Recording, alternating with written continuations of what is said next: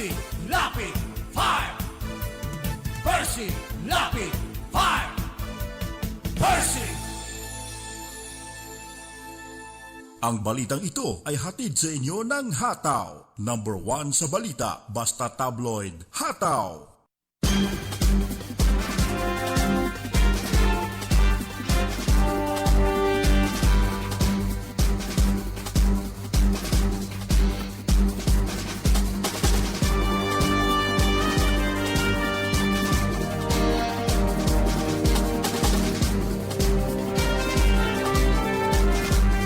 Si Percy Lapid, bumabanat. Lapid Fire!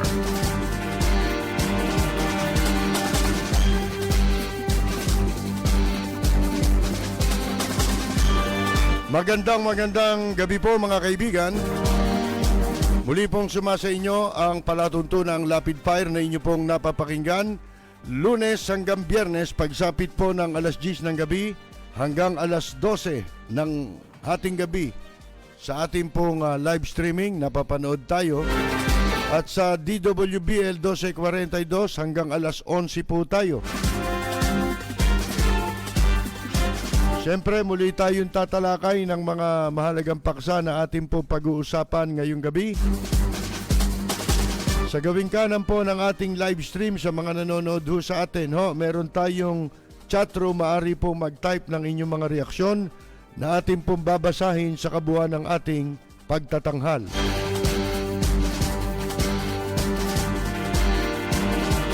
Samantala, dito po naman sa ating impilan, meron po tayong numero kung saan maaaring tumawag at mag-text para po sa inyong mga reaksyon. Ang numero po ay 0915-707-0625.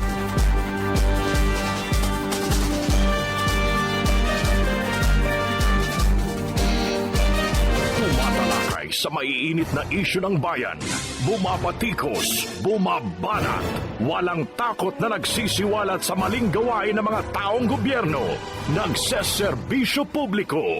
Pakinggan para hindi maging mangmang sa nangyayari sa lipunan. Lunes hanggang Biyernes, alas 10 hanggang alas 11 ng gabi sa DWBL 1242. Lapid Fire ni Percy Lapid. Totoong balita, katotohanang komentaryo. Lapid Fire.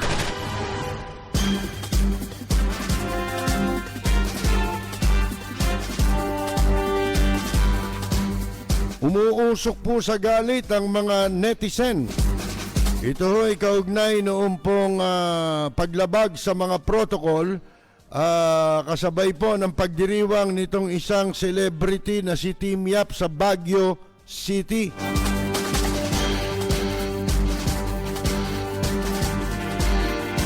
Bali ba para bang sabi yata ni General Magalong na mayor ng Baguio City, kamagalala. Luluto mga kaibigan, nandun silang mag-asawa. Si Mayor Benji Magalong at ang kanyang may bahay sa party nitong si Tim Yap sa Baguio City na marami pong protocol, rules ang kanilang nilabag.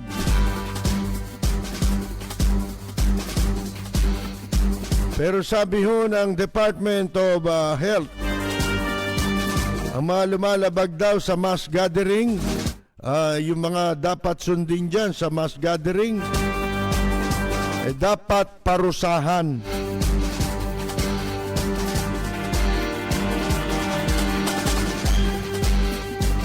Bumaliktad na si Locsin na naman sa issue ng China, mga kaibigan.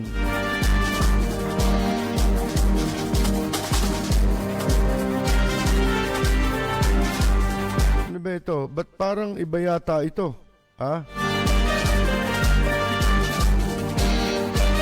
Ito tungkol doon sa batas na ipinatupad o pinasa ng China. At meron hong sinasabi itong isa sa mga naging miyembro ng Constitutional Commission. Ito ho yung bumalangkas ng 1987 Constitution.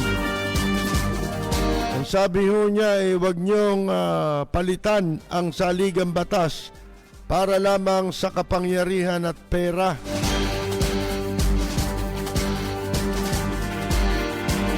At ang sabi rin ng isang dating maestrado ng Korte Suprema, hindi ito ang tamang panahon o oras para sa tsa-tsa. Ilan po yan sa mga pag-uusapan natin ngayong gabi.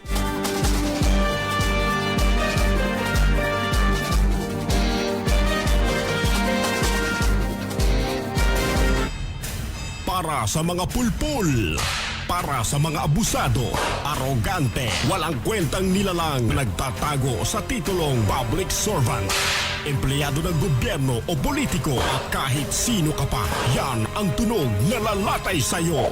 Walang sisinuhin, walang sasantuhin, basta't tiwali, gigisahin ni Percy Lapid. Si Percy Lapid, dito sa Lapid Fire. Lapid Fire!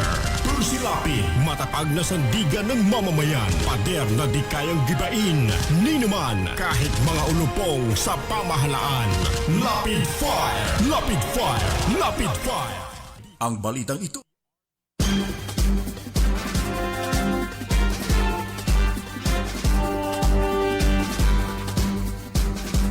Bumaha po ang galit ng netizens sa social media, mga kaibigan. Ito ay pagkatapos na mapabalita, kumalat ang mga litrato na itong isang celebrity, events producer at TV host na nagngangalang Team Yap. Sino ba itong damuhong ito? Nag-host ng party, kanyang party sa Baguio City na dinaluhan po ni Mayor Benji Magalong na contact tracing SAR at ng kanyang may bahay bilang ilan sa mga panauhing panghangal, pandangal. Ang mga larawan at mga video ng social gathering na pagkatapos po'y kumalat ito sa online na makikita po yung mga dumalo sa party na yan, tahasang nilabag yung minimum health protocols. At kita na hindi po nila o binaliwala nila yung pong social distancing. Hindi mga nakasuot ng face mask at ng face shields, mga kaibigan, doon sa selebrasyon na ginanap sa isang hotel sa loob ng Camp John Hay. Ito po ay kasabay noong pong heightened alert sa Baguio City dahil po sa itong pagtaas ng bilang ng kaso ng COVID. Yan. Iba-iba ang sinasabi ng mga netizen tungkol dyan. Pero, ang sabi naman ni pagkatapos po ng birthday o pagkatapos na kumalat yung mga litrato na yan, video na yan, tungkol sa mga paglabag nila at pinagmumumura sila ng netizen. Ang sabi ni Magalong, inamin niya na medyo inamin niya yung kanyang oversight sa pagdalo ang social gathering, sa social gathering kasama ang kanyang may bahay. Nagkataon lang po na tao lang po tayo, sabi niya, na sometimes when we're so engaged in a particular po na activity na masayahin, minsan nakakalimutan po natin. Malilimutin pala siya. Dapat hindi na ikaw ang SAR. Diba? Malilimutin ka na pala mga kaibigan Sipin mo, ikaw yung isa sa dapat nagpapatupad ng ng protocol, di ba? Kasi kayo yung mga official na itinalaga pero sasabihin mo, nakakalimutan mo yung protocol, walang face mask, walang face shield, walang dikit-dikit, walang social distancing, mga kaibigan? Yung ba? Ayun ang hirap Pagka gusto nyo mag-party, pwede pala sa Baguio, mga kaibigan, kahit na mataas ang bilang ng kaso ng COVID. Pwede. Ilang beses na ho yan sa Baguio City. Natandaan ninyo yung mayor ng San Juan, si Francis Zamora, di ba? At saka yung kanyang mga alalay. Lumabag din yan sa protocol, pero absuelto rin, inabsuelto ni Magalong. Hindi niya kinasuhan, hindi ba? At kamakailan lang, ito namang pagkakaabsuelto kay Coco Pimentel ng ng Department of Justice. Napakarami na niyan mga celebrities at saka lalo na mga public officials. Ito masama Nung nilalabag, yung pong mga tuntunin, ito, ewan ko kung may nakapagsabi nito. Kasi tinadtad ng ng galit, ng opinyon, galit na opinyon ng publiko na gumagamit ng social media, itong pangyayaring ito. Ang hindi ko lang malaman kung may nakapagsabi, isa sa pinakamasamang nangyari doon, ang dapat na parusahan doon, unang-una, si Mayor Magalong. Bakit? Unang-una, hindi ka lang public official bilang mayor ng lungsod ng Baguio. Kung hindi, ikaw ay isa sa pinakamataas na opisyal na itinalaga, binigyan ng titulo para tumugon dito sa pandemya. Di ba? Siya ang contact tracing SAR. Napakahirap niyang trabahong yan, di ba? Iko-contact tracing mo lahat yung, halimbawa, may nagkaroon ng isa. Lahat ng nakahalubilo nun, at yung nakahalubilo, nung nakahalubilo niya, nung nag-positive, mga kaibigan, iko-contact tracing mo lahat yan. Diba? Depende siguro sa sitwasyon. Kung yung immediate na nakahalubilo, meron nag-positive. Diba? So, yung mga nakahalubilo ng isa't isa sa kanila, may kailangan mo rin mahirap na trabaho yan Lalo na, mass gathering yung occasion. Para sa akin, dapat parusahan itong si Team Yap. Unang-una, mga kaibigan, sapagkat hindi nila hindi nila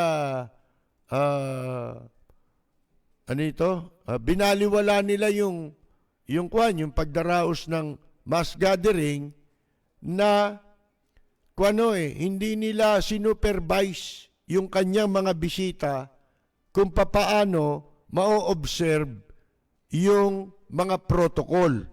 Responsibility yan ng nagpapaparty, ng nagpapaokasyon. Ano pa mang okasyon yan. Katulad ito, birthday ito. Ngayon, pero ang pinakamalaking dapat panagutin dito, yun mismong si Mayor Magalong. Ikaw yung opisyal, nandun ka Kitang-kita ng dalawang mata mo Huwag mo sabihin, nakalimutan mo. Mga kaibigan, nakalimutan mo may COVID? Imposible yata yan. 1 taon na tayo mahigit na. Ika nga lockdown eh. Pinakamahabang lockdown na nga itong Pilipinas eh. Mga kaibigan eh. Oh, yan ang unang-unang dapat parusahan. Sapagkat nakita mo eh, nandun ka eh. Ano, ikakatwira mo, nakalimutan mo. Ba, hindi pwede yata yan. Yung bang pangkaraniwang publiko, lumabas ng bahay. Nakalimutan niyang magsuot ng face mask. Nangyayari yun eh. Yun sa pagsusuot. Di ba? Pero ikaw, yung nakakakita, hindi mo pwedeng makalimutan yun. Kasi makikita ka nung iba, kaya ka nga huhulihin eh. Di ba? Ng mga otoridad eh. Sabi, tell it to the Marines, General Magalong, Mayor Magalong, na nakalimutan mo, na sobrang ka ng saya. Hindi totoo yun. Kinonsinti nyo yun. Ano pa ang ginawa ni Magalong? Pinasalamatan niya pa eh. Katunayan eh, pinasalamatan niya pa, dinidepensa niya pa eh. Mga kaibigan eh, pinagtatanggol pa ni General Magalong sapagkat ito daw si Yap, mga kaibigan. Kwan daw ito, tumutulong na maipromote ang Baguio. Ang babaw ng dahilan mo. Yung Baguio, hindi mo na kailangan i-promote yan. Di ba? Siksikan na nga yung Baguio eh. Mga kaibigan eh. Anong promote? Well, hindi naman okasyon niya. Libap, panagbenga. Yan. Pinopromote ba niya yun at that time nung labagin niya yung protocol? Kahit pa sabihin mong promotion yan, may pinatutupad na batas eh. Abay, dapat sundin nyo yung batas. Ang hirap, puro nasa gobyerno ang karamihang lumabag. Si Manny Pacquiao, lumabag, di ba? Naparusahan ba?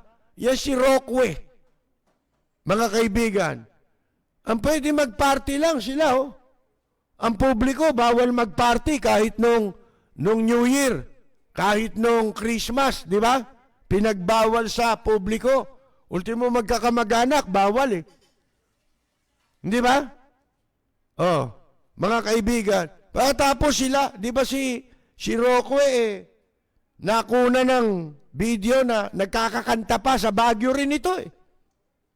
Samantalang, napakaraming working musicians ang hanggang ngayon hindi nakapagtatrabaho. Pag celebrity, yung mga sikat, pwede kahit ano, sa television lang eh. Hindi ba tuloy yung mga noontime show? Hindi ba? Mga may pera pa yan ha, yung mga lumalabas sa television. Itong sinasabi natin sa inyo, mga working musicians, ito yung nagtatrabaho gabi-gabi sa mga bar o mga naka-schedule na mag-perform sa mga bar, live. Ito yung nabubuhay sa kanilang pagtugtog, sa kanilang pag-perform, gabi-gabi na kung parang ordinaryong manggagawa na kapag hindi nakapagtrabaho ngayon, parang jeepney driver, kapag hindi pumasada ngayon, walang kakainin ng pamilya niya. Hindi ba? Kaya ang tawag dyan ay working musicians, entertainers. Yan, karamihan di pa pinapayagan eh, palakasan eh. Pero yung pokpokan dyan sa Maynila, pinayagan eh. Yung tsuktsakan dyan, mga kaibigan, yung kape di malansa. Ngayon, ang sabi nitong Yap, yun daw kanyang birthday celebration sa Baguio City, yan daw paraan na i-promote yung local tourism. Mga kaibigan, ano local tourism pinagsasabi ninyo? Gago! Ano kinalaman ng promotion sa paglabag? Ibig mo sabihin kung mo ipopromote mo pagpalagay ng totoo. Halimbawa ng totoo. Hindi, palusot nyo lang yun Tinuro siguro sa'yo ni Mayor Magalong kung ano idadahilan mo para magkaroon ka ng lusot, palusot. Hindi totoo yan. Sabi nga the end does not justify the means. Mga kaibigan. Para mo sinabi, hindi bali magnakaw ako. Pamumudmud ko naman sa mahirap Ala Robin Hood. Mga kaibigan, tama ba yun? Kayo ba, sang-ayon di bali kang magnakaw basta papamigay mo? Abay, katarantaduhan yun. Di ba? Ang sabi niya, yun daw, mga bisita sa kanyang party ay nag-negative. Kahit ba nag-negative yan Hindi naman yun ang pinag-uusapan Ang pinag-uusapan, yung paglabag. Mga kaibigan, di ba nga kami nga, merong isang nag-positive, nung napadaan dito, yung New Year's Eve. Nag-positive siya. Abay, nitong 2 weeks ago, ay na-inform kami na nag-positive. Nung mag-positive siya, sabi, tinanong siya kung sino-sino mga nakahalubilo niya from New Year's Eve up to mga January 14 or 15. 14 siguro, ganyan. Mga kaibigan, kasi nag-positive na siya nung 14. Tinanong siya, contact tracing na, di ba? Nabanggit niya, galing siya dito. So ano ginawa nung mga taga-health, mga health officials? Kinontak din kami at in-schedule kami for swab test. Buong pamilya. Mga kaibigan. Ilang kami sa bahay? 13, 14, kami sa bahay. Mga kaibigan. Lahat kami sinwab test Hindi yun ang hindi yun ang sa kaso ni Yap, mga kaibigan, talaga isuswab test kayo. Dahil nagsama-sama kayo dyan Di ba? Isipin mo yung gap nung contact tracing sa amin. Mula nung New Year's Eve. Na-testing kami January 17 Siguro mga 2-3 days after na kami ay tawagan dahil na-inform na kami ay kabilang sa mga nakahalubilo nung nag-positive. Mga kaibigan. Ilang araw yun, Sipin ninyo. 2 weeks Mahigit Mahigit 2 linggo siyempre, sinwab test kayo. Kailan ba nangyari yan? Yung immediate Yung ba magpapakita na ng sintomas? Di ba hanggang 4 na araw yata yan? Di ba? Mga kaibigan. Siyempre, kung sinwab test ka agad yun, maring wala pa. Di ba? Tsaka hindi yun ang point. Ang point ay nilabag ninyo ang batas. Kailangan kayong panagutin sa batas. Ikaw yung nagpa-party, ikaw ang magsasabi sa mga bisita mo, obserbo natin ang protocol, di ba? Yung establishment din. Dapat panagutin din. Di ba? Kung saan idinaos yung party na yan. Mga kaibigan. Panagutin din, pasagutin din nyo. Kita ninyo yung nangyari doon sa Dasera? Di ba? Doon, maliwanag yun, ang violation nung hotel, yung City Garden Hotel sa Makati. Isa sa malaking violation nila, pinapayagan nilang mag-mass gathering sa loob ng kwartong maliit ng hotel. Ang liit nun. 11 tao o mahigit pa, mga kaibigan, na hindi naman magkakapamilya. Pwede yun sana kung isang buong pamilya yun eh. Isang household. Di ba? Mga katulad namin, isang buong household kami, sinwab test kami lahat. Di ba? At saka kung kami mag-check-in ka sa hotel, papayagan ka. Basta, puro kasama mo lahat sa bahay. Yun nandun, pamilya mo. Hindi naman pamilya yun eh. Di ba? Kaya, dito, di ba sinasabi ngayon yung Dasera case? Mga kaibigan ni Juan, yung nilabag mo yung protocol, kung mo nagpa-swab test ka na, wala ka nang nilabag na protocol? Wala ka nang nilabag na batas? Pag nag-positive ka ba ano na yon? Absuelto ka na sa paglabas mo sa violation, paglabag sa batas? Ganun ba yon? Mga kaibigan, kung mo nag-positive ka, wala ka nang nilabag? Ba'y kalokohan yan?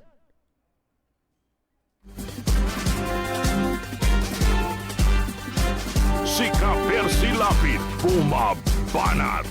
Lapid Fire.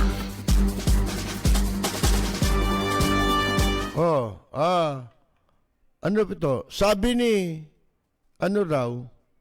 dahil sa nagsasagawa na ng investigasyon, sabi ni Magalong kay Yap, tiniyak niya kay Yap, ni Magalong, not to worry. Ayan.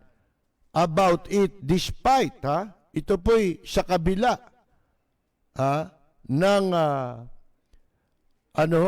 pagtaas ng bilang, ng, ano tawag dito, kaso ng COVID. Paano natin makokontrol yan? Di ba? Paano natin, ang taong bayan pilit na ginagawa ang lahat ng pagsisikap, yung mga pangkaraniwan tao, para makasunod sila sa ipinatutupad na protocol. Hirap na nga ang marami sa pagsunod Puro na lang pasunod Puro na lang higpit sa pangkaraniwang publiko. Ang publiko naman, lahat ginagawa. Wala nang pambili ng face shield Kung ano-ano na nga sinusot, yung ano ng Coca-Cola, di ba? Yung plastic container ng ginugupit-gupit na lang Nag-i-improvise na lang Tapos sabi pa ni Digong nyo yung face mask nyo, punta ka sa gasolinan, lagyan mo ng gasolina, mingi kang konti. Patay na yung COVID. Sabi naman nung bugok na foreign affairs secretary, naturingang journalist, mga kaibigan, sipin mo. Kwan daw, what if he's right? Sabing ganon. Kasi, binati ko si Digong nyo, di ba?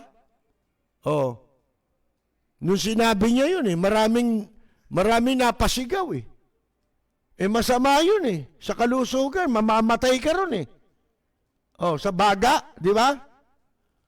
Isipin mo, sabi naman nung Locsin, what if he's right? Isipin mo ito. Baka ano lang makapag lollipop lang makapag-sip-sip lang makapag malabanan lang ang mga damuho mga kaibigan Ano sabi pa? Nag-usap po kami kahapon at binanggit ko po sa kanya. I understand what happened. Naintindihan niya raw. Yung ba pangkaraniwang mamamaya, intindihin nyo ba ng ganyan? Uunawain ba ninyo ng ganyan? Everybody was just so engrossed. So engaged. Kaya kung minsan, nakakalimutan. Lintik na yan. Ang dami nyong kalukuhan. Alam nyo, di ba, nasabi ko nga sa inyo, nung panahon na ito, lumutang ito, kakampanya lang pala ito eh. Lumutang ito labang kay General Albayalde, di ba? Pumalakpak tayo, katakuta. Halos sabugan ko ng bulaklak dito sa programa ko eh. Ha? Halos paulanan ko ng bulaklak na papuri. Ha? Itong si Mayor Magalong, wala rin palang kwenta ito. Nakakadala. Si Ka-Percy Lapid, bumabanat. Lapid Fire. Ang sabi niya raw ni Magalong, sabi ko sa kanya, sabi niya raw doon kay Yap, but don't you worry about it. May assurance eh. Yung tulong nyo na ginagawa sa siyudad ng Baguio for promoting, for saying good words about Baguio, doon sa aming mga artists, we're considering all of this. Don't you worry. We'll have this thing investigated. Naiiya sila eh. Mga kaibigan, isipin mo, ano ba tingin mo dyan? Kung mo nag-promote sa Baguio, ano tingin mo sa pangkaraniwang manggagawa, empleyado? Na nagbabayad din ng buwis. Di ba? Na ang tinutulungan nito, hindi lang Baguio. Di ba? Pagkat mula sa kanyang dugo at pawis, nagbabayad siya ng buwis para sa bansa niya. Masahol pa sa promotion yun. Di ba? Mga kaibigan. Huwag niyong gamitan ng kung ano-anong katwiran na baluktot. Huwag niyong haluan ng ibang issue. Kaya nagpo-promote yan, kaya tumutulong yan. Ang pinag-uusapan dito ay paglabag sa batas. Ibig mo sabihin pwede na rin labagin yung ibang batas. Pwede na rin silang gumawa ng kalokohan. Halimbawa, nalasing sa party, nakahawak ng baril, nagpaputok ng baril niya, pwede na rin yun? Dahil tumulong sila, nag-promote dyan sa Baguio, may malaking katarantaduhan yan. Si Ka-Percy Lapid, bumabanat. Lapid Fire. Are you craving for pork barbecue or boneless chicken barbecue? Yung sauce pa lang ulam na. O kaya sisig o rolls. Yung malasa, yung masarap. Nakakagutom. Ano pang hinihintay nyo? Order na sa Barbecue Boss. Davao street food flavor at its finest. Like our FB page, Barbecue Boss NCR for your orders and inquiries. Check nyo ang aming menu at siguradong maiibigan nyo. Barbecue Boss, home of Davao's best barbecue.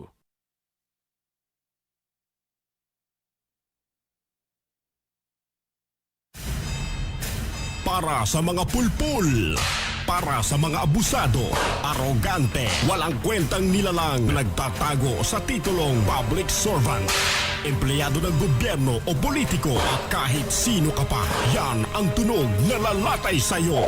Walang sisinuhin, walang sasantuhin, basta't tiwali, gigisahin ni Percy Lapid. Si Percy Lapid, dito sa Lapid Fire.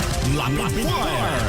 Percy Lapid, matatag na sandigan ng mamamayan, pader na di kayang gibain, ni naman kahit mga ulupong sa pamahalaan.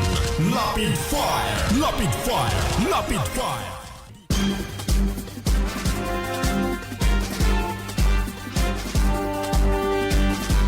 Alam po ninyo nung July 2020, nakaraang taon, nag-resign sa kanyang pwesto, napakataas ng pwesto. Sino ito? Health Minister. Katumbas ng pwesto ni Duque. Francisco Duque. Yan. Yung kanyang katumbas na counterpart sa New Zealand, Health Minister, nag-resign. Alam niyo kung bakit? Last year to pagkatapos na siya ay banatan din ng publiko. Tungkol sa pagresponde ng gobyerno sa coronavirus at na siya mismo ang lumabag sa lockdown rules. Tingnan ninyo ito kaparehong-kapareho. Dapat mag-resign ka eh. Di ba? Mag-resign kayo eh. Yung mga public official na nahuhuling lumalabag sa protocol. Mga kaibigan, dapat resign. Ito, tingnan ninyo ito. Si David Clark. Bago siya nag-resign, na-demote siya kagad. Nung siya ay isama niya ang kanyang pamilya na mag-swimming sa beach. May lockdown eh. Ba't kayo nag-swimming? Di ba? Yung pamilya niya pa tong kasama niya. Ang sabi he said continuing in his role was distracting from the government's overall response to the pandemic. Ibig sabihin, nahiya siya, kaya siya nag-resign, kasi nakakadagdag pa siya sa problema ng pandemic. Nadadivert ang atensyon. Imbes na iukol ang buong atensyon ng gobyerno para tugunan ang pandemya, nakadagdag pa siya sa problema kasi nagalit ang publiko eh. Ano pa naman? Yung New Zealand pa naman isa sa mga pinakamagaling ang handling. Di ba? Pagkatapos lalabag ka. Parang dito, ang mga karaniwan tao, sinisikap na sundin ang lahat ng ipinatutupad ng gobyerno, kahit baluktot na nga eh. Sunuran pa rin eh. Isipin mo, di ba unfair yun? Kasi lahat gusto natin ay bumuti na ang kalagayan natin. Matigil na yung pandemic na yan. Kaya tinitiis na dahil mag-iisang taon na nating natiis eh. Ba't di mo pa lulubusin? Di ba? Hanggat matitiis pa. Mga kaibigan, sipin ninyo yan nag-resign eh. Ang sabi niya, I take full responsibility for decisions made and taken during my time as Minister of Health. Meron pa ngang tinawag pa siya rito, idiot eh. May tumawag pa sa kanya ng idiot eh. Yan daw official na idiot daw yan. Sipin mo may lockdown, nag-beach resort kayo. Si Rocco nga parang pawikan, di ba? Nag-swimming din sa dagat. Sa beach, di ba? Parang butanding na lumba-lumbang hindi mo maintindihan eh. Mababaw lang yung tubig, pero nung nahiga si Rocky ron lumalim yung tubig tumaas yung tubig. Mga kaibigan, sipin ninyo yan yan ba? Parurusahan mo na nga lang Lalo sila Coco Pimentel, mga senador pa yan tagagawa ng batas, lawmaker, lawbreaker. Di ba? Ako nga sabi ko sa inyo kailan ba ako kailan lumabas yung result natin? Mga 18 or yung hard copy. Pero 17 tinawagan na kami tungkol sa result. 16 yata kami nagpa-swab test. 17 nakatanggap na kami ng tawag na negative ang result. Lahat kami. Pero, yung hard copy, yung pinaka-certification, di ba? Yung doon nakasulat ang detalye. Ha? Na ikaw, nagpa-test ka, ganyan-ganyan, ganito, ganon. Nakuha namin, siguro mga, 18 or 19. Hindi pa rin ako lumabas. After na swab test kami. Di ba? Inantay mo yung hard copy na resulta. Di ba? Kasi baka mamaya, prank call yung natanggap mo eh. Kasi binigay mo lang yung phone number mo, hindi mo na maalam sino tatawag sa'yo. Di ba? Oh. Mabuti na yung inantay mo na yung hard copy bago ulit ako lumabas ng bahay. Sinigurado ko. Hindi, Coco Pimentel positive na, lumabas pa eh. Di ba? Mga kaibigan, kaya nagalit sa kanya ang mga tao. Oh. Si Pacquiao, naparusahan ba yan? Ilang beses na si Pacquiao? Nakakadalawa ka na ha?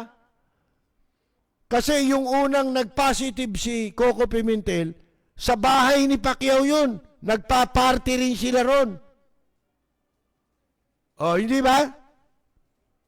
Tapos, nag-positive siya. Oh. Lumabas pa ng bahay. Mga kaibigan, sipin ninyo. Pagkatapos, siyempre, si Pacquiao, bahay niya yun, nagpa-swab test sila, di ba? Oh, negative yata. Oh, tapos inulit na naman niya. Nag-mass gathering na naman siya. Si Roque, nag-mass gathering din, di ba? Oh, mga kaibigan, si public toilet na nabuntisan, na sinasabing nabuntis daw. Oh, si public toilet, hindi naman public servant yan eh. Public toilet yan eh. Mga kaibigan, ngayon, anong sabi rito? Yun sa New Zealand. Mga, gayahin ninyo. Dito lang hindi. Dito huli na eh. Lahat ng tapos papadrinuhan ka pa. Ano sasabihin mong walang padrino? Di ba? Ano sasabihin ni Presidente Digong nyo na walang padrino para ka mapwesto? Bakit yung mga nakapwesto na nagkakamali?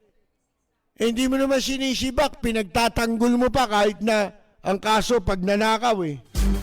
Tapos sasabihin, saksakin nyo na lang. Mga nangongontrata raw, gumagamit sa pangalan niya at saka ng mga cabinet member niyang puro walang kwenta.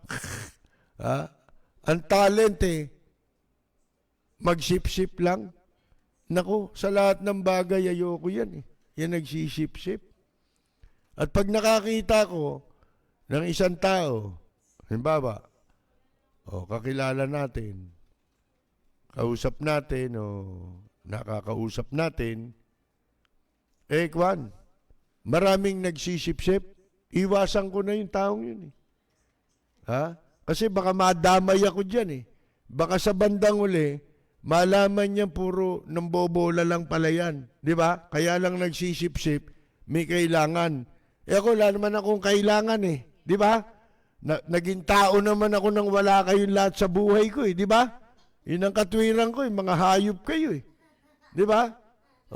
Ba't ako magsisip-sip sa inyo? Ano mapapala ko dyan? Pag sinabi mo magsisip-sip ka, magsisinungaling ka.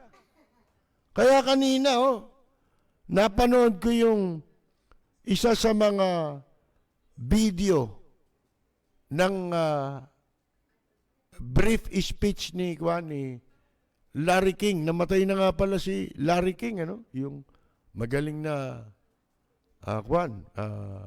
broadcaster, commentator sa Amerika. Katandaan marami na rin sakit. Siguro parang binigyan siya ng doctorate Nakatoga yung nagsasalita siya. Alam nyo, yung istorya pala niya nung magsimula, ganun pala talaga yun. Sa radyo siya nagsimula eh. Di ba nakilala natin yan, tayong mga, inabot natin siya sa TV na eh. Di ba? Sa television. Yung iba, inabot na siya sa CNN eh. Di ba? Oh. Ngayon, kinukwento niya kung paano siyang nakapagsimula sa radyo. Nagtsatsaga siyang mag-apply doon sa isang impilan na sabi sa kanya, dito, pag may isang natanggal dito, o kaya umalis dito, nawala dito, asahan mo, ikaw na ang kapalit. Kaya ang ginawa niya, nagja-janitor siya ron. Nagpapakitang gilas siya para maging broadcaster siya. Wala pa kasing nun eh. Yung mga broadcast journalism, wala pang ganuan, mga kurso, di ba? O kaya kung meron man, hindi mo na kailangan yun eh, di ba? Kasi alam nyo sa broadcasting, kailangan naniniwala ka na kaya mo eh. Ganun yan eh. Di ba may mga janitor dyan, dito rin, janitor. Talagang janitor Literally, janitor talaga. Nung nawala ng announcer, pinaupo. Hanggang sa natuto na talaga. Naging broadcaster na. Ang kwento niya, nung nabigyan na siya ng break dahil may nawala, nag-resign yung tumigil na yung broadcaster. Siya na ang kinuha. No? Ngayon, hindi raw siya makatulog hindi siya natulog Haba ng oras niya. Sabi sa kanya, magpatugtog ka, magsalita ka. Nung nagpatugtog na siya, programa niya na kinabukasan. Nagpatugtog na siya. Nung magsasalita na siya, walang lumabas na boses. Walang salitang lumabas. Nakabuka lang siguro bibig niya. Pero nawala ng tinig. Mga kaibigan. Di siyempre, magpapatugtog ka na naman. Tapos pinasok siya nung manager. Hoy, ito radyo. Dapat, communication to makipag-communicate ka. Paano ka magko-communicate kung di ka nagsasalita? Di ba? Alam ba ninyo, ganun ako nagumpisa? Ang kaibahan lang namin, nagumpisa siya, sa istasyon yung programa niya. Hindi katulad nung ako nagsimula, yung hinawakan kong programa, black time yun Programa ng tatay ko yun tinatamad na yung tatay ko dahil hindi naman niya maasikaso lagi dahil meron siyang negosyo, di ba? Na dapat asikasuhin. Kaya, nung ilang araw, bakante yung Himpapawid, nang hinayang ako. Kasi binabayaran niya yun Sabi ko, pwede bang ako muna magpatuloy niyan? Baka kung ano-ano niya pagsabihin mo dyan. Hindi, magpapatugtog lang ako. Tsaka, magbabasa-basa ako. Babasahin ko yung sasabihin ko. Sige pero kinakabahan ng tatay ko sa akin. Baka kung anong pagkakalatang gawin ko sa Himpapawid. Di ba? Nung una, patugtog ako. Tapos bago ako pumunta ng istasyon, nagbasa ako ng mga dyaryo. At pinaggugupit ko rin binaong ko yung dyaryo. Yung mga gusto kong basahin sa Himpapawid, inihanda ko na. No? Babasahin ko lang naman Di ba? Tapos magpapatugtog ako. Yun ang bala ko para hanggang sa masanay ako. No? Siya inabot din ng matagal bago may lumabas na boses sa kanya Hindi ko alam kung ilang linggo, gaano katagal siya. Yung si Larry King.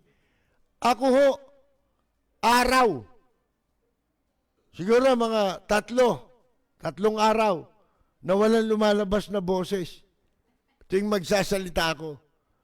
Para akong disc jockey na lang doon, ha? Nagpapatugtog na lang ako ng plaka. Oh. Pero sabi niya, simula nung makapagsalita na siya, ang ginawa niya, sinabi niya kung ano yung totoo. Magandang umaga. Yan. Ako si Larry King. At ito ang kauna-unahan kong makapagsalita sa radyo. Kauna na ang pagkakataong makapagsalita ako sa radyo. At ako'y walang tulog. Pagpaumanhinan niyo ko dahil gusto kong magkaroon ng hanap buhay. Gusto kong maghanap buhay. Pagkatapos daw niyang sabihin yun at magpatugtog na siya, siguro nag-react yung mga listener, di ba? Sa kanya. Nakapag-react. Magandang response sa kanya. Yung sumunod na araw, alam mo raw kung ano naging leksyon niya? Na yun ang kanyang pinagpatuloy?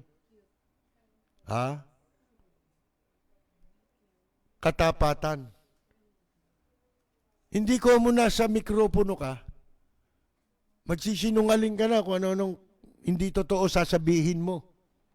Magsabi ka ng totoo, yun ang ibig sabihin niya. Mga kaibigan. Ganun din ako Halos kapareho. At saka ganun din yung walang lumalabas na tinig sa akin. Kaya nung mga sumunod na araw, sinama ko yung, nagumpisa kami, kasama ko yung si Ernie Tagle, yung napakahusay na singer. Ernie Tagle. Ang galing po nun, mga kaibigan. Wala pa akong nakitang singer na ganun. Minsan iinom kami.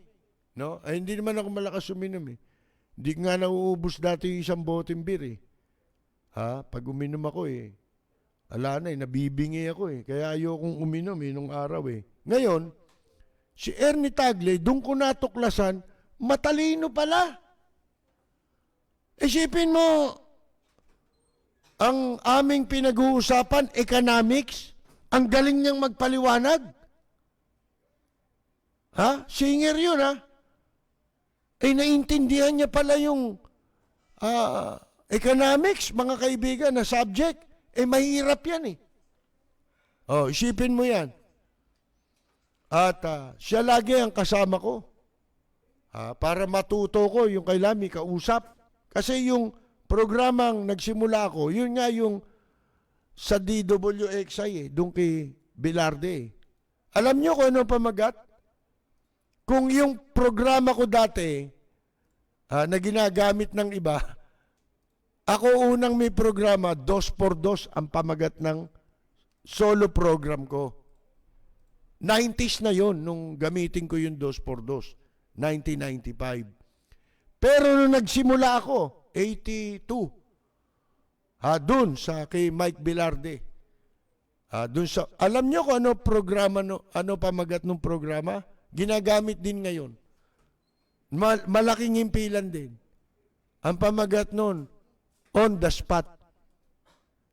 Programa yon ng tatay ko. Alas 10 ng gabi hanggang alas 12 ng hating gabi. Itong oras na ito. Alam nyo yung father ko, ang siyang nag-umpisa sa radyo ng ganong format na dialogue. Pagkatapos nung ilang buwan medyo marunong na ako magkomentaryo. Kukomentaryo na ako. Kumuha pa ng ibang programa ang tatay ko na binabayaran din niya. Sa isang impila, sa DCME naman. O yan, si Elsa, yung kasama natin ditong bossing ngayon dito sa himpilang ito. Kasama namin yan doon sa DCME. Doon siya dati empleyado. Kami mga komentarista nung araw doon.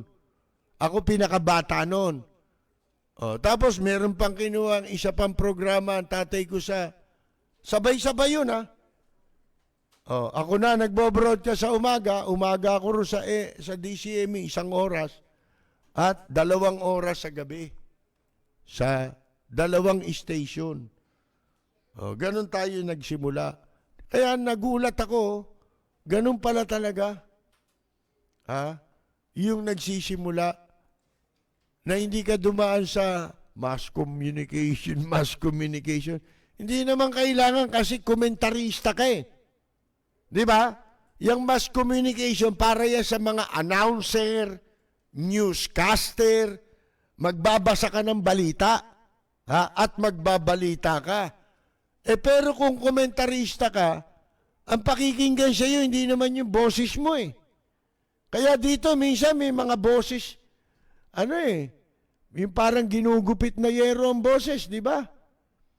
Oh, yung parang baka na umaatungal, di ba? Pag komentarista. Kasi po, ang pinakikinggan sa iyo, yung sinasabi mo. At yun, ang nakita ko, kaya naman pala, kahit papano, kahit saan tayong istasyon, merong naghahanap sa atin. Kasi yun ang naging simula natin. Kamukha nung simula ni Larry King. Hindi nga lang tayo kasing galing nun. Di ba? Oh. Pero yun na simula eh. At saka yung kanyang sinabi na ang sikreto lang eh. Na kanyang ipinagpatuloy. Na kanyang natuklasan yung pagsasabi ng totoo. Kasi nung sabihin niyang, ako, magandang umaga, ngayon ito ang una kong pagkakataong magsalita sa radyo. Pagpasensyaan niyo ako'y walang tulog. At gusto ko lang maghanap buhay. Mga kaibigan. Sipin mo, siguro umani siya ng mga reaksyon. Narinig ka kagad eh. Alam niyo, nakakataba ng puso yun. Kahit ako nung nag-uumpisa, gano'n, may mga tumatawag. After my broadcast. Doon magsisimulang, ika nga po magkaroon ka ng ng tinatawag na, tawag dito, inspirasyon na ipagpatuloy. Ngayon, Planuhin ang pamamasyal upang masigurong sulit ang inyong bakasyon sa Land of the Rising Sun. Respetado at mapagkakatiwalaang Filipino tour operator sa Japan. Roy Japan Tour. Roy Japan Tour. Contact WhatsApp and Viber 819023885888. Walang preno kung bumatikos. Malalim at makatwirang komentaryo. Mag-ingat ang mga politikong gumagawa ng kalokohan at baka kayo ay tamaan ng Rapid Fire!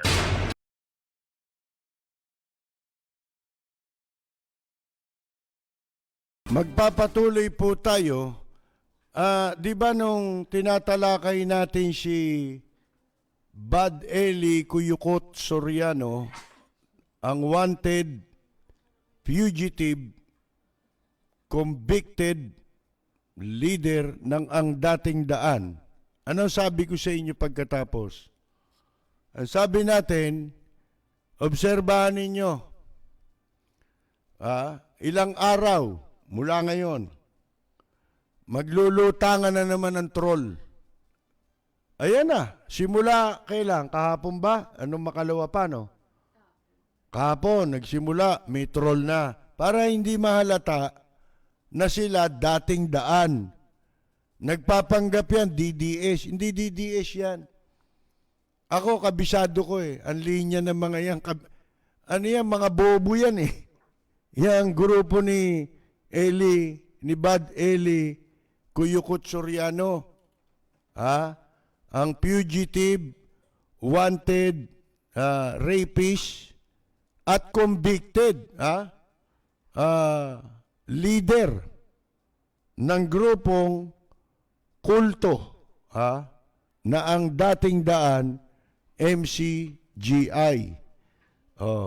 Alam nyo kung bakit. Ganito yan Andali ganito ho yan eh. Kasi may nagtanong sa akin, bakit ho ba maraming bakla sa administrasyon ni Pangulong Digong nyo? Ako, bakla ako noon. Mabuhay ang bakla ng Pilipinas! Dito sa amin, pag naririnig ako, dumadami dito yung mga miyembrong bakla eh. Mga kaibigan, duda na ako eh. Baka dating daan na rin to si Digong nyo eh. Ako, bakla ako noon. Mabuhay ang bakla ng Pilipinas! Dito sa amin, pag naririnig ako, dumadami dito yung mga miyembrong bakla eh. Ayun po, sa ibang araw ulit kayo magto-trolling, Ala, bablock lang kayo, Mabuti nga yan para maubos kayo, kabablock. Ngayon, ito ho, ang Pilipinas daw, sa pamamagitan nito si Foreign Secretary Teodoro Locsin Jr. na dati nagsabi, what if he's right? Si ano raw yun, si Pangulong Digong nyo.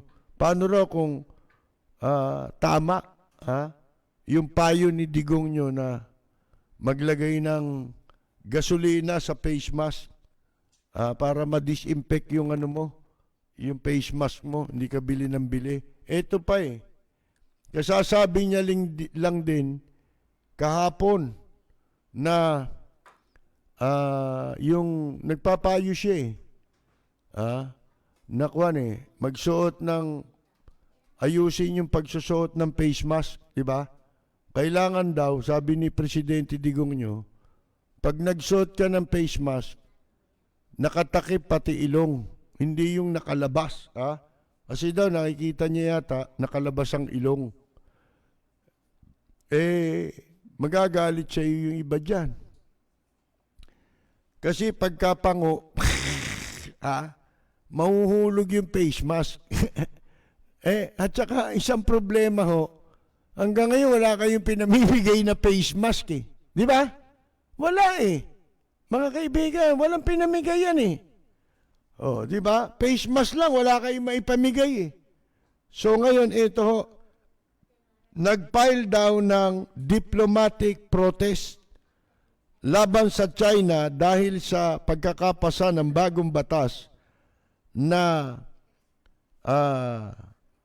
binibigyan ng mandato ang China Coast Guard na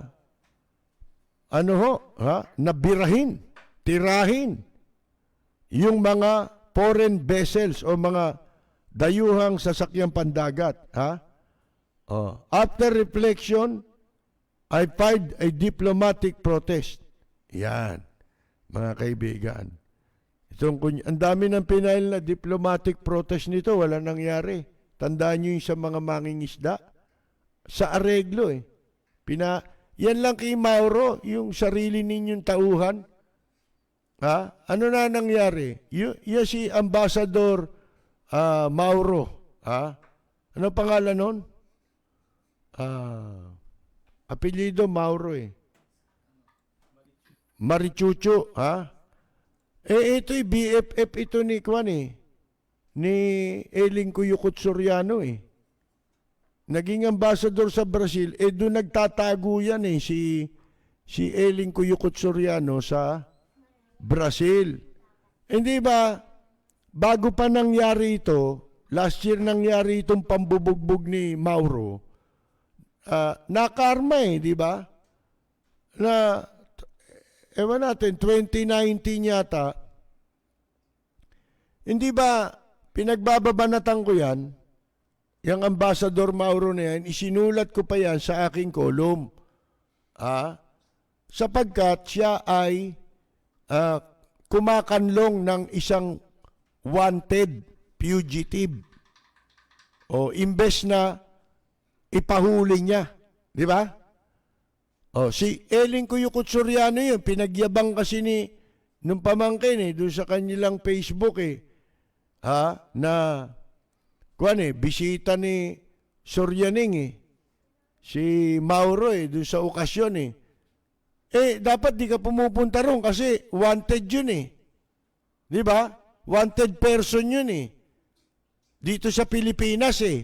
Kaya nandun sa Brazil.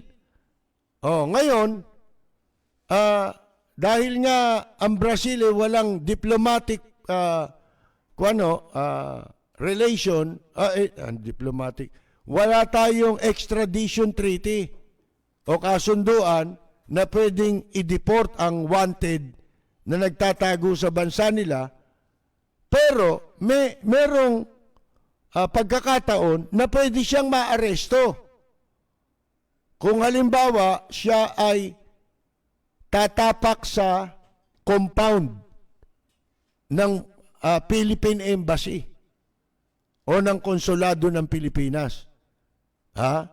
Sapagkat pag pumasok ka sa compound ng Embassy ng Pilipinas, kahit nasa Brazil yun, pwede ka nang hulihin doon. Yun ang pwedeng gawin ni Mauro. Di ba? Mga kaibigan. Kasi pinaghahanap ng batas yan eh. Wanted dito yan, may nakapending na kaso. Ngayon, pwede niyang pa-aresto pagka nagpunta sa embassy ng Pilipinas. Pero hindi eh. Nag-guest pa siya ron sa mga kasama siya sa panlolokong ginagawa ni Soriano sa na nagpapanggap na relihiyon. Niloloko yung mga membro, hinuhut-hutan. Mga kaibigan. Ngayon, nabanggit ko lang yun. Kasi ito si Mauro, kita ninyo, walang resulta. Walang ibinababang sanksyon, parusa, laban diyan kay Ambassador Marichu Mauro. Ngayon, ito, nag-file daw ng, pagkatapos daw niyang magmuni-muni, after reflection, nag-file daw siya ng diplomatic protest. Unggoy. Ba't kailangan mo magmuni-muni? Kaya mo lang ginawa yan dahil binabanatan ka na ng ilang kwan. Nagsasalita na yung mga magsasaka. At mangingisda pala. At dahil doon sa sumbong ng mga mangingisda, sa ilang senador, mga kaibigan, nagsalita rin yung mga senador. Pero kung hindi magsasalita yun, o katulad nito, yung kaso ni Ambassador Mauro, may naririnig pa ba kayo sa mga senador? Na nung una, kaysa magpapatawag daw ng investigasyon, di ba wala na? Wala na, tumahimik na rin yung mga senador, mapa-oposisyon, mapa-administrasyon. Kaya ako walang tiwala dyan sa mga oposisyon. Kaya tayong mamamayan lang ang pwedeng lumitas ng problema sa Pilipinas. Hindi na natin pwedeng ipagkatiwala ang paglutas sa problema sa mga nasa pamahalaan. Bakit? Kay oposisyon yan, lalo na administrasyon, wala naman yang gagawin eh. Hindi ba? Lalo na kung tahimik ang mamamayan. Yun lang naman ang pwede mong gawin. Ang samantalahin mo ang pagkakataong makapagsalita ka habang magagawa mo pa yan. Kailan mo balak gawin yan? Pag wala ka ng karapatang magsalita? Bilang isang Pilipino? Tapos aangkinin nila na naman yung karangalan. Di ba? Kita mo, si Senator Ping Lacson, nakatulong daw. Malaki raw ang nagawa ng Senado para ma-abort, hindi matuloy. Yun daw overpricing sa bakuna. Hindi totoo yun, unang-una eh. Bakit? Hindi pa ho nila pinag-uusapan ang presyo ng bakuna dito sa programa natin nag-umpisa. Tinanong natin bakit kako wala tayong naririnig? Ang pinagtatalunan, anong bakuna? Saan manggagaling ang kukunin bakuna? Pero, wala nagsasabi ng presyo niyan. Magkano ba halaga niyan? Hindi ba? Oh, at saka ilang araw, tsaka lang tinanong yun eh. Sa Senado eh, mga kaibigan. So, kiniklaim ni Senator Lacson, kasi ganyan naman sila eh. Kailangan, senador ang magsalita. Ha? Pero yung sasabihin nila, pagka pangkaraniwan, katulad lang natin, ang magsasalita, hindi sila kikilos eh. O katulad niya sa kaso ni Ambassador Mauro, ano na ginawa nyo? Subukan mo, magtanong ulit ang mga senador ngayon. Ano nga ba nangyari na sa kaso ni Ambassador Mauro? O tsaka lang sasagot si Locsin eh. Di ba? Pero kahit araw-arawin mo yan dito, mga kaibigan, hindi naman kikilos yan eh. Ano ang layunin na lang natin? Magising ang taong bayan. Kaya noon pa, kinakampanya na natin. Kalimutan nyo na yung Marcos Aquino. Yung personality, kalimutan nyo yun. Hindi na nakakatulong sa atin yun at sa bansa natin. Ginagamit na lang yan ang kasalukuyang administrasyon. Para mag-away-away yan. Kasi magtatagumpay sila eh. Lahat ng gusto nilang gawin, palitan ng konstitusyon, magagawa nila yan eh. Bakit? Unang-una, pandemic ngayon. Walang taong makapagrereklamo. Walang taong may kakayahang gawin na i-exercise ang kanyang karapatan na ipagtanggol ang ating bansa, ang ating saligang batas. Walang makakagawa ngayon yan. Takot maglakas ng loob. Ang ikakatwiran pa niyan, pandemic. Pandemic ka pa eh. Malelechi na Pilipinas eh. Di ba? Ilalagay na tayo sa bulsa nila eh. Pati tayo eh. Wala nang matitira sa Pilipinas, lahat ibebenta na eh. 100% ownership na eh. Foreign ownership. Di wala nang matitira. Puro may mga kausap ng pagbebentahan yan at nang ibebenta nilang lugar. Isipin ninyo, wala nang matitira sa Pilipinas eh. Idadahilan pa ng mga tao. Pandemic eh, wala tayong magawa. Mga kaibigan, sa Russia pa lang ngayon, nagkakagulo na rin. Gusto na rin ibagsak ng tao, ng mamamayan nila ron. Si Putin. Mga kaibigan, si Putin ba ang initial niyang first name, P? Initial lang ba yung P? Mga kaibigan, sipin ninyo yan, Russia. Ilang araw na pala ang protesta ron at marami nang ikinukulong, inaaresto. Maabot na sa 3,000. Ito'y sa galit ng tao dahil sa isang ginipit, nilason, nakapagpagamot sa Europe. Nung bumalik yata sa Russia, kinulong ulit. Ikinagalit ng tao. Kakukwento ko lang natin nung hindi naman kwento, kundi sinariwa natin, di ba? Hinangyari sa anong bansa yan? Tunisia, di ba? Sa Middle East. Isipin ninyo yan, mga kaibigan. Eto ho, kung hindi pa nagsalita, kailangan magsasalita sila na lang eh. Kikilos lang sila pag sila. Nawala na yung pagiging nawala na ng sensibilidad itong gobyernong ito. Tuluyan na wala na silang pakikinggan, kundi kailangan yung manggagaling sila. Kaya ako walang tiwala sa oposisyon eh. Huwag kayong magtiwala sa partido. Ang partido wala yan, lalo sa Pilipinas. Hindi totoo ang partido rito na may pinaninindigan. Hindi ka mukha sa Amerika, nakita ninyo ngayon. Yung Democrat, alam mo ang posisyon yan. Alam mo kung ano yan maninindigan. Itong Republican, alam mo kung ano yung mga paninindigan nila. Di ba? Magkaiba. Yun, habang panahon yun. Katulad halimbawa, ang Democrat, yan yung mga nagsusulong ng mga pagsupil sa paglabag sa karapatang pantao.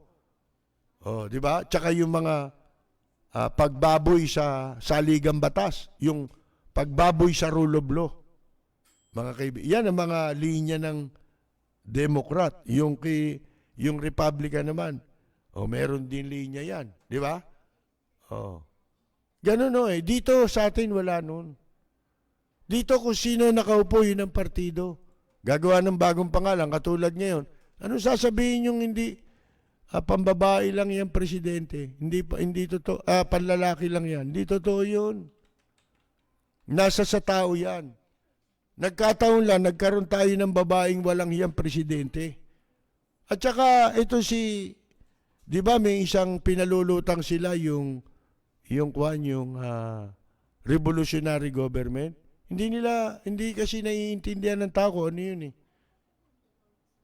Mga kaibigan eh. Tapos sinasangkalan pa si Presidente Cory. Kung ano yung sinasabi natin, sinasabi rin nila, doon di sila umuhugot ng kwan eh.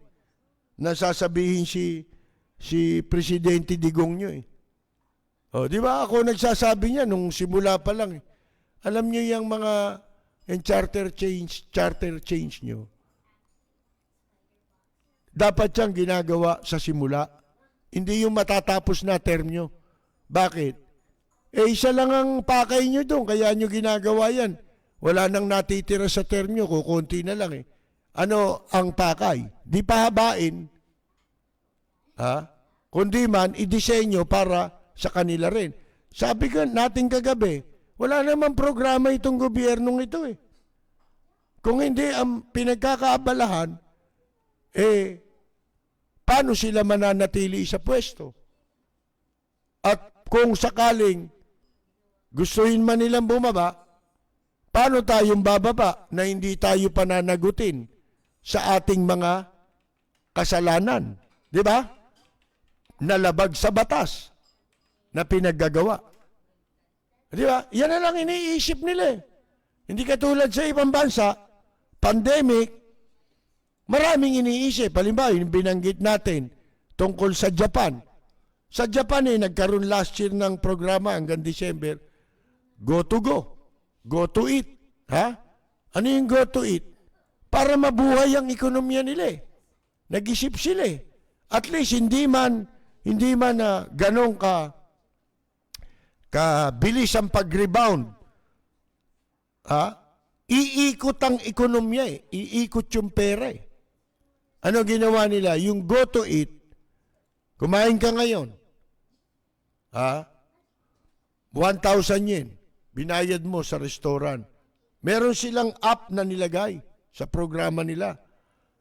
Nang ilunsad yung programang yan. Sa internet, merong app.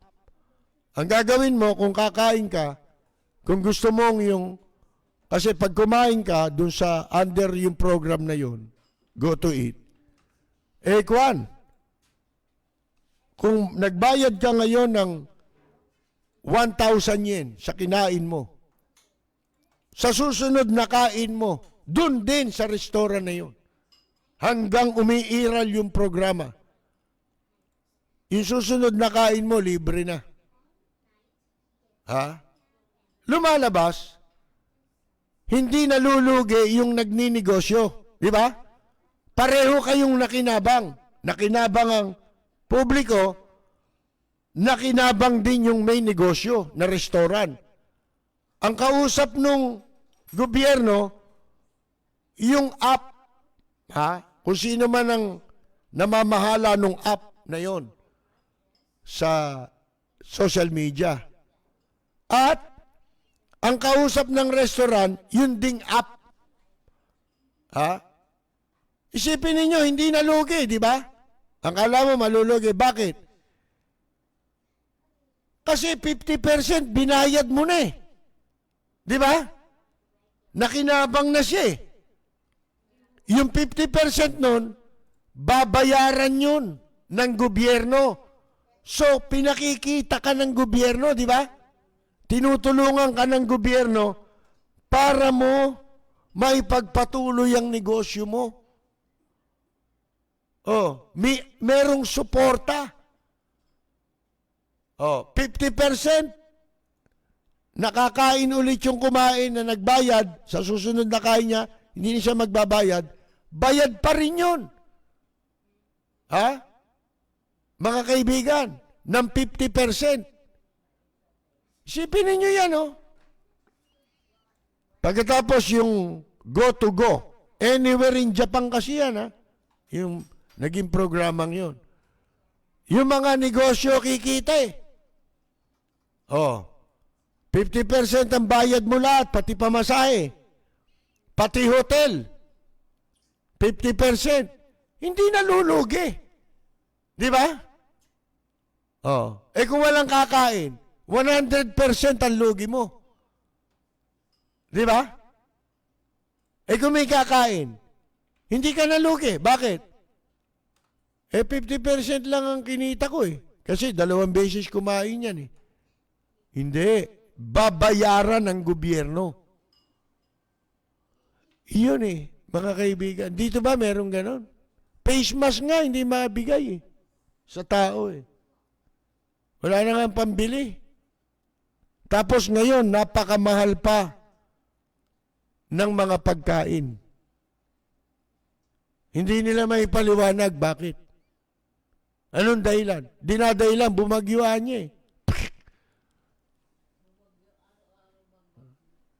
Oh. Yung baboy, binagyo ba yung baboy? Nalunod ba yung baboy? Kaya nagmahal? Mga kaibigan, wala na eh. Walang, ang makikinabang dito, in the end, China. Yun ngang wala yan eh. Di ba? Ang laki ng ibinagsak ng agrikultura natin. Wala na nagtatanim eh. Oh, ba't ka magtatanim ng bigas eh? Libre ang SONA libre ang rito, smuggling ng bigas. Mga kaibigan, payag sila eh. Kaya na magtatanim. Pakonti-konti lang, di ba? Tatanim ka ng gulay. Mabubulok lang, gulay mo. Saan mo ibibenta yan? Di ba? Hindi ka naman suportado ng gobyerno para masiguro na yung pananim mo babalik sa iyo, kikitain mo. Di ba? Ang mahal na ngayon. Dahil sa mahal yan, biglang papasok na ang walang limit na smuggling ng pagkain dito. Kasi mura yung mura yung binibenta eh. At ang masama, pag wala ka ng sariling pananim, itataas na nila halaga niyan. Di ba? Ang pinayayaman natin ay dayuhan. Mga kaibigan. At tayo'y para na lamang umaasa sa pagkaing manggagaling sa ibang bansa. Pag nagkaroon ng krisis na kinailangan nila ang pagkain, bakit kanila bibigyan pa? Sino kawawa? Tayo. Pagka dumating na yung oras, kahit pa gustuhin nilang magbenta, hindi sila magbebenta. Bakit? Para maproteksyonan nila ang sarili nilang mamamayan, na masigurong ang sarili nilang mamamayan merong kakainin. Hindi ba? May pa-file pa ng ng diplomatic protest. Kung wala pa nagsalita dito mga kaibigan. Tsaka lang siya magmumuni-muni. Bakit? Ano ba yon? Yung bang pananakop ng China eh. Yung ginagawa ng China na yan. Kailangan mo pang magmuni-muni? Hindi. Palibasa, ang sinusunod nyo, isang tao lang eh. Kung ano yung gusto nung nakaupo. Di ba sabi nga natin kahapon, iba sa Amerika eh. Yung armed forces nila ron, tsaka yung lahat ng gobyerno ron eh. Hindi mo kailangang utusan eh. O katulad nun, walang nag-uutos sa armed forces nung mag-deploy sila, kundi kusa ng armed forces yun. Dahil ang sabi nila, ang sabi ng general, hindi kami nanumpa sa kanino man. Nanumpa kami para sa aming tungkulin sa saligang batas. Kaya nananagot sila sa batas. Di ba?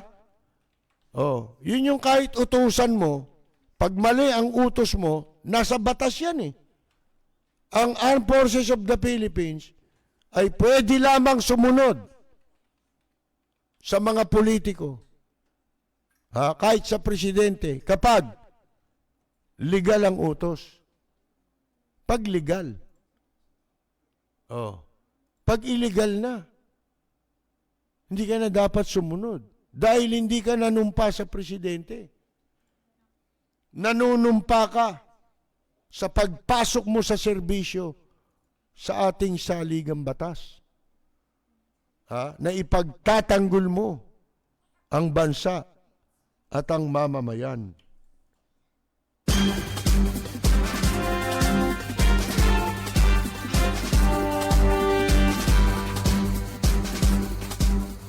Do you want to experience authentic Filipino cuisine? Drop by or order at Tali and Tiago Filipino Restaurant. Filipino food at its best. Check out their specialties, food packages, and promos that fit your budget. Tali and Tiago Filipino Restaurant via Cayo Mario, 16A 00192, Rome, Lazio, Italy. Enjoy food at the comfort of your home. For more info, kindly call or message us at 320-722-0797 on WhatsApp or on FB page at Tali and Tiago.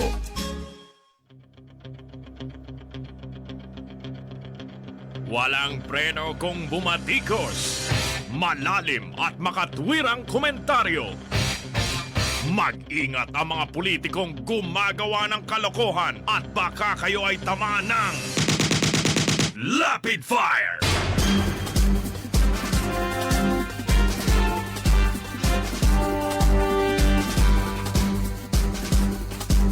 Si Percy Lapid, bumabanat. Rapid Fire! Ito ang isa sa mga commissioner ng Commission on Elections, pero siya ay isa ho sa mga sumulat ng ating saligang batas. Wala iba kundi si Christian Monsod. Sila yung sumulat ng 1987 Constitution.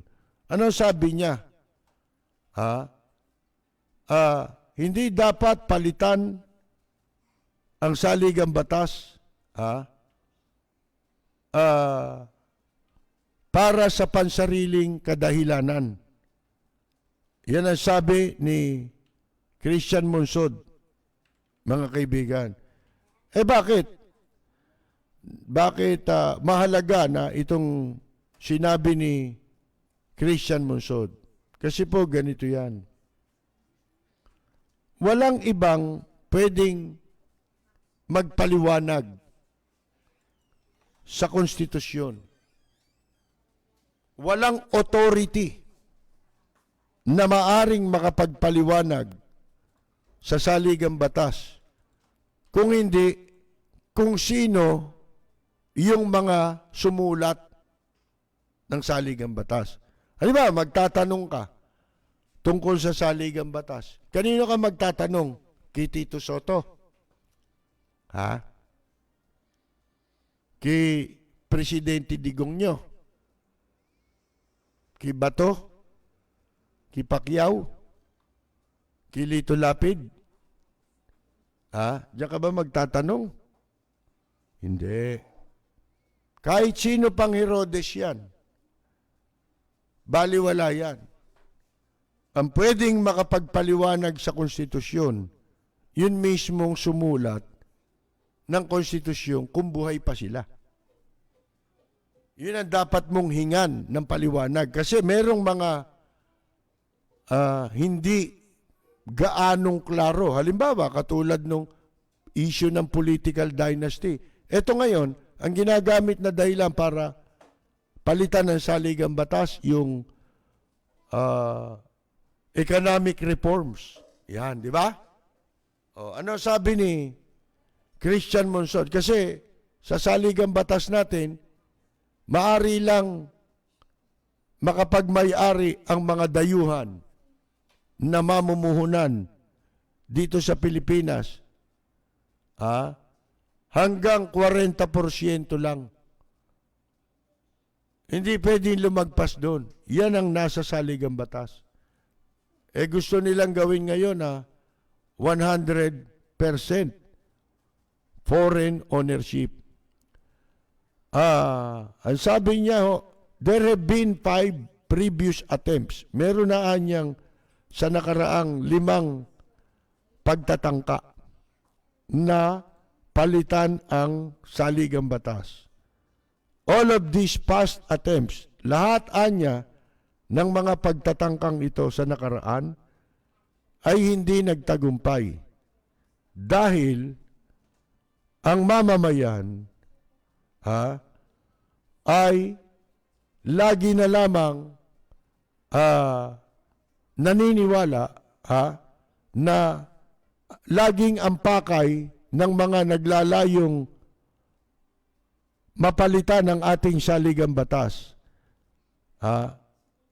Mga kaibigan, para sa sarili nilang interes.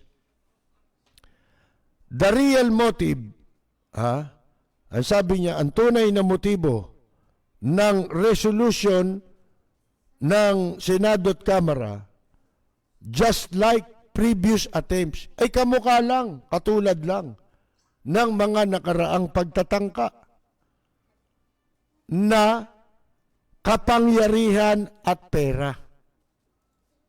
Katulad nito, ang tinutukoy niya yung motion na ni Lord Alan Velasco na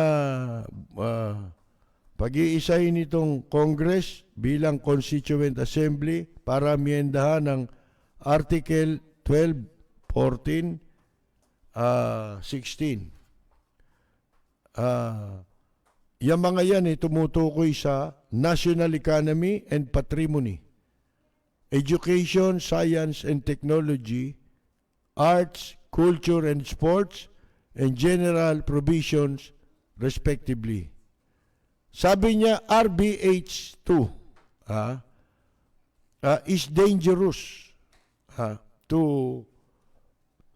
resolution of both houses, itong RBH is dangerous and devious because it is a wholesale transfer of power from the Constitution to the Congress in determining the limitations of foreign ownership of land, natural resources, public utilities, media, advertising, educational institution. Kasi sa foreign ownership, bawal ang foreign ownership sa media, pumasok sa communications, anything that has something to do with communications, bawal yan sa atin na mamuhunan dyan ang mga dayuhan.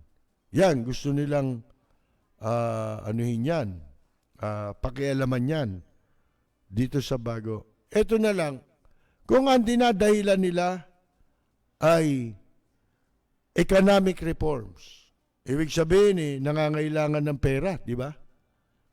Para maingganyo ang mga dayuhan na mamuhunan dito, maglagak ng puhunan at magnegosyo rito, kailangan 100% sila may-ari. Napakahirap nun. Mga kaibigan, hindi dapat mabago yung provision na yan.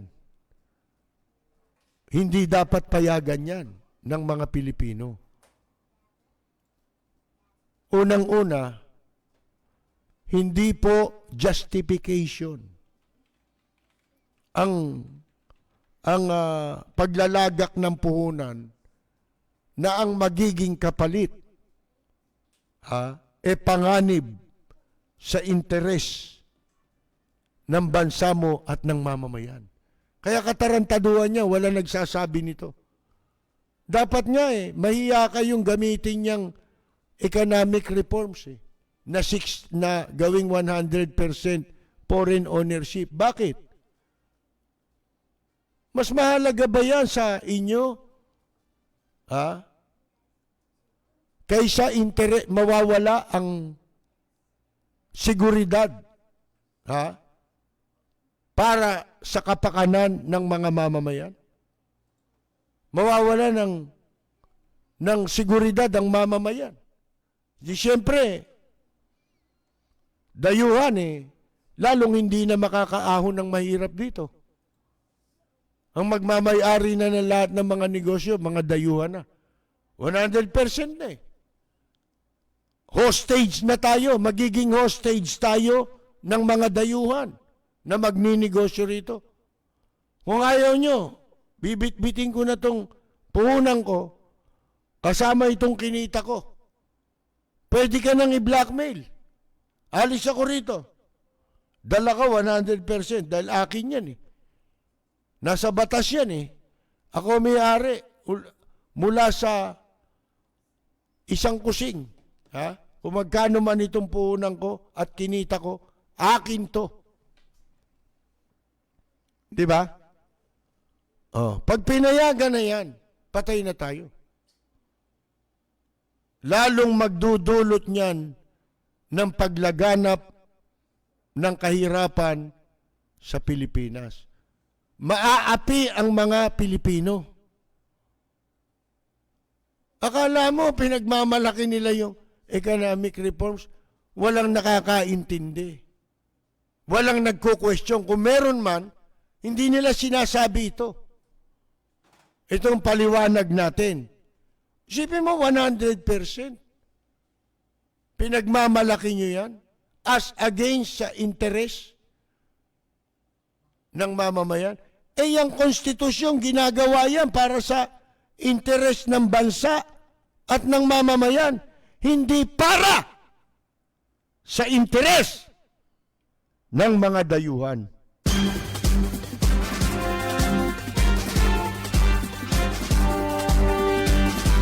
Si Percy Lapid, bumabanat. Lapid Fire!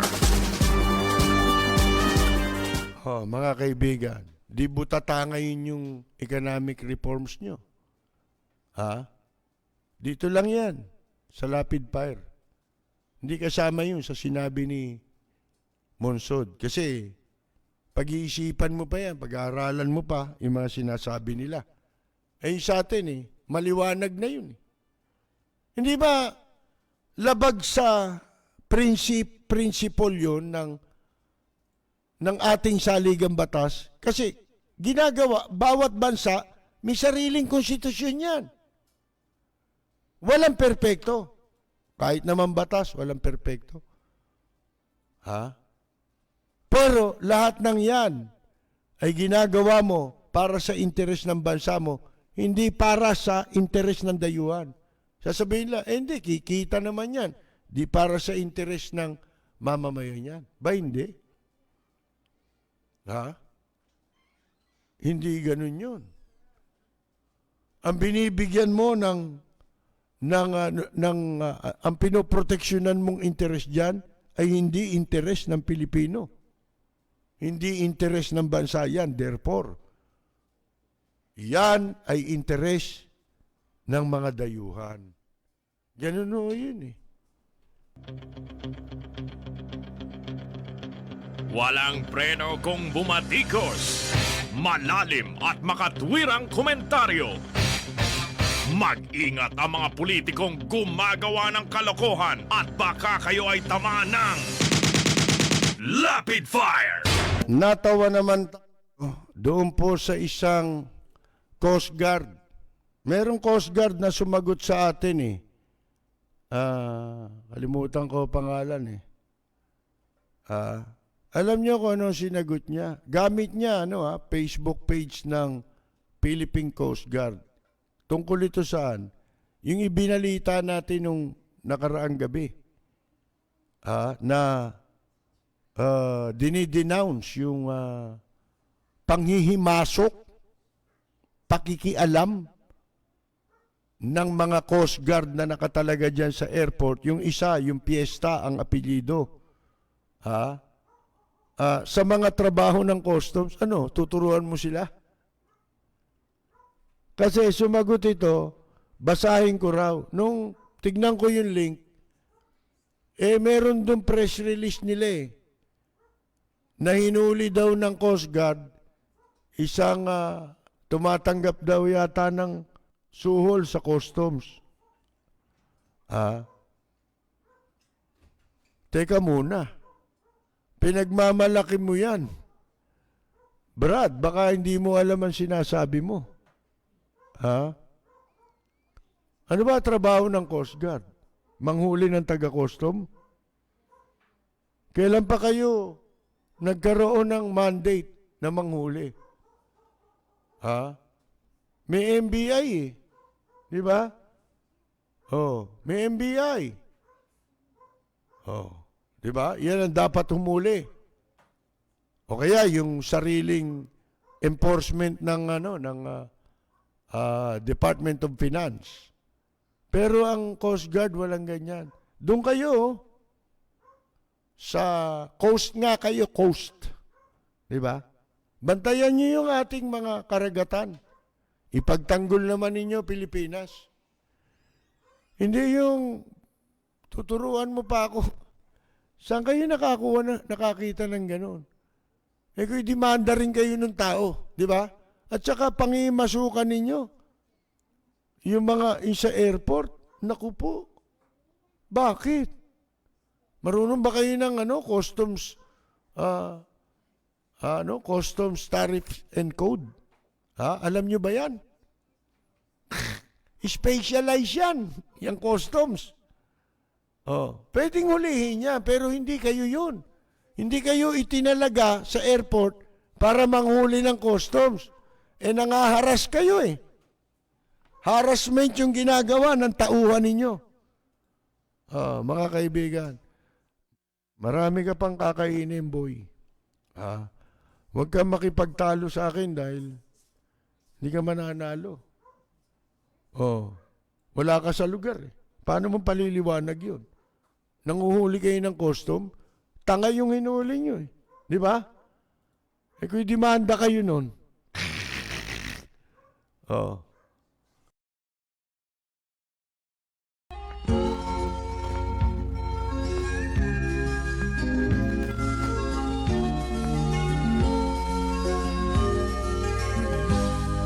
Sa bayan ko ay isa ang lahi. Dito'y wala ang pagkukunwari. Hindi padagay, sadyang kilala sa daigdig. May pagkakaisa sa bawat nais. Ang bayan ko'y punong-puno. Siguro nakakuha na ng mga resibo yung PhilHealth sa Recto, no? Kailangan Kaya na-liquidate yung 15 billion, 92% daw nun. nga ba't anong sarap mabuhay ng Wala na po tayong oras. Tayo po ay magbabalik bukas pagsapit ng alas 10 ng gabi hanggang alas 11 ng gabi. Napapakinggan tayo sa himpilang DWBL 1242 sa inyong mga talapihitan. Sa bayan po napapanood ang ating live stream sa FB. makikilala mo. Ito po si Percy Lapid. Maraming salamat at magandang yumaga! Teddy Boy! Finger!